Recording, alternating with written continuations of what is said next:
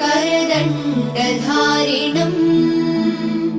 कमण्डलम् पद्मकरेण शङ्खम् चक्रं गदाभूषित भूषणाढ्यम् श्रीपादराजम्